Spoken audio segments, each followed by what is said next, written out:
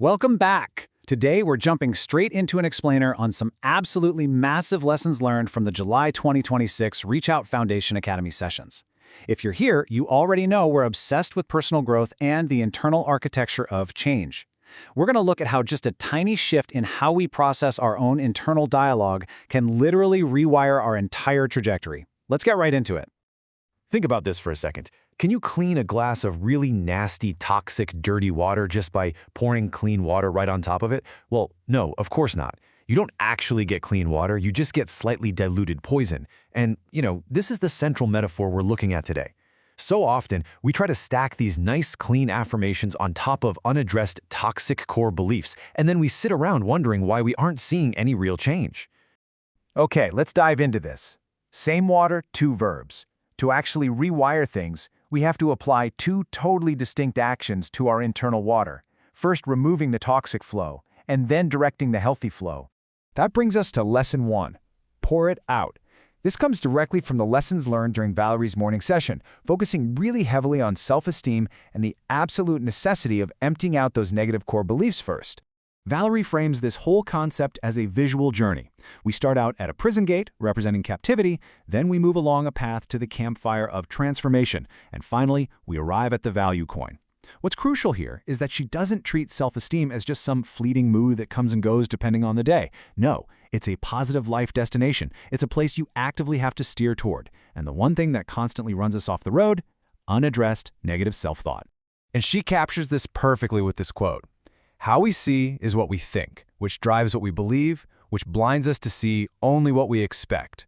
Man, that is a powerful keeper phrase. It's basically a masterclass in confirmation bias. If you're full of dirty water, your thoughts are going to be toxic, and those drive toxic beliefs. Ultimately, you just become blind, seeing exactly the negativity you expect to see. It creates this vicious cognitive loop that runs us straight into a ditch. And to break that loop, we really have to recognize our fundamental value. Which leads perfectly into a concept Valerie calls the crumpled dollar. Think about it. A crisp, brand new dollar bill, fresh off the printing press, is worth exactly 100 pennies. But what if you throw that exact same dollar on the muddy ground, stomp on it, crumple it up into a ball? It is still worth exactly 100 pennies. It brilliantly illustrates that human worth is totally condition independent. You might feel thrown down, crumpled, or dirty from past mistakes. But your intrinsic value, it hasn't dropped a single cent. So the crucial point here is that we have to stop handing over our consent. The consent of inferiority means no one can make you feel inferior without your permission. How often do we look at someone else's status, their fancy car, or their massive bank account, and treat it as more real than our own intrinsic value? We hand over our consent all the time. But a full bank account can easily sit right next to complete spiritual bankruptcy. Your worth is a non-negotiable 100 pennies, no matter what anybody else is doing. All right, Lesson 2, Digging Canals. Now we're shifting gears to Chris's session. While Valerie focused on our internal value, Chris focuses on our outward stance and our accountability. Because once your vessel is empty and you actually start pouring in clean water, you have to tell that water where to go, right? You have to dig canals. What's really fascinating about this concept is how it maps out the physical architecture of our ego. We aren't just looking at dictionary definitions here. We're looking at a full operating system for how we interact with the world and handle our own pride. Chris makes a very stark distinction between two words that honestly most of us use interchangeably.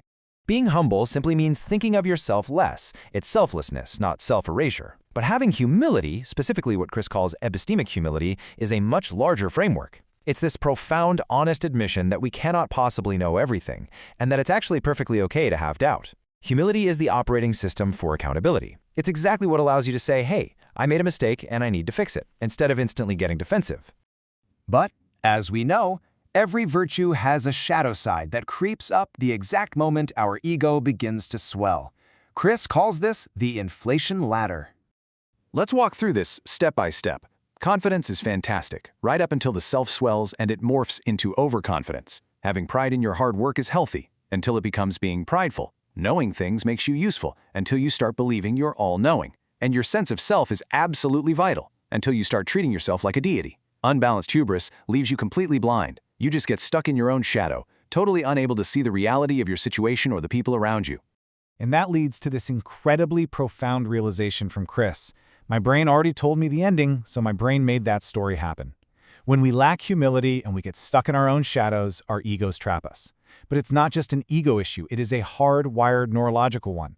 Our expectations create self-fulfilling prophecies. If you fully expect a relationship to fail or your boss to fire you, your brain will subconsciously steer your behaviors to ensure that exact ending plays out. The facilitators explain that the human brain acts exactly like an AI prediction machine. Its number one goal is keeping you alive, so it is constantly anticipating the next negative event based on your past patterns. It literally carves deep cognitive canyons in your mind with the default setting of "get them before they get me." Because the amygdala's automatic response is always bracing for impact, you're going to keep driving right back into that ditch unless you actively intervene. So how do we exit that automatic loop? Well, you have to intentionally interrupt the machine. Chris suggests the breath interrupt, literally just pausing to take a single, deep breath before responding to whatever triggered you. By doing this, you step entirely out of that prediction machine. You take your old survival tools, your defensive stabbing knives, and you repurpose them into carving knives. You use that exact same energy to dig new, healthy cognitive canals that route your life toward connection instead of isolation. Let's bring this all together with your reusable toolkit.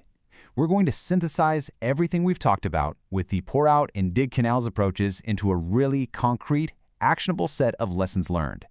These are your exact survival tools, derived straight from the facilitators, so definitely keep these handy. First, pour out the dirty water. Don't just dilute it. Second, remember the crumpled dollar. Your worth is totally condition independent. Third, run a consent audit. Stop giving other people permission to make you feel inferior. Fourth, check the inflation ladder to make sure your confidence hasn't tipped over into hubris. Fifth, use the I must swap, replacing I should with I must for your non-negotiable wellness habits. And finally, practice that breath interrupt to step out of your brain's negative prediction loop. This is exactly how you shift from passive survival to active navigation. We've covered a tremendous amount of ground in this explainer today, looking deep into the mechanics of worth and humility. You know how to stop pouring poison into your cup, and you have the practical lessons learned to interrupt your brain's negative predictions. So, I want to leave you with this final, provocative thought to take into your week. Now that you have the clean water, what canals do you need to dig today? Where are you going to actively route your energy to construct the life you actually want? Thank you so much for joining me, and keep learning.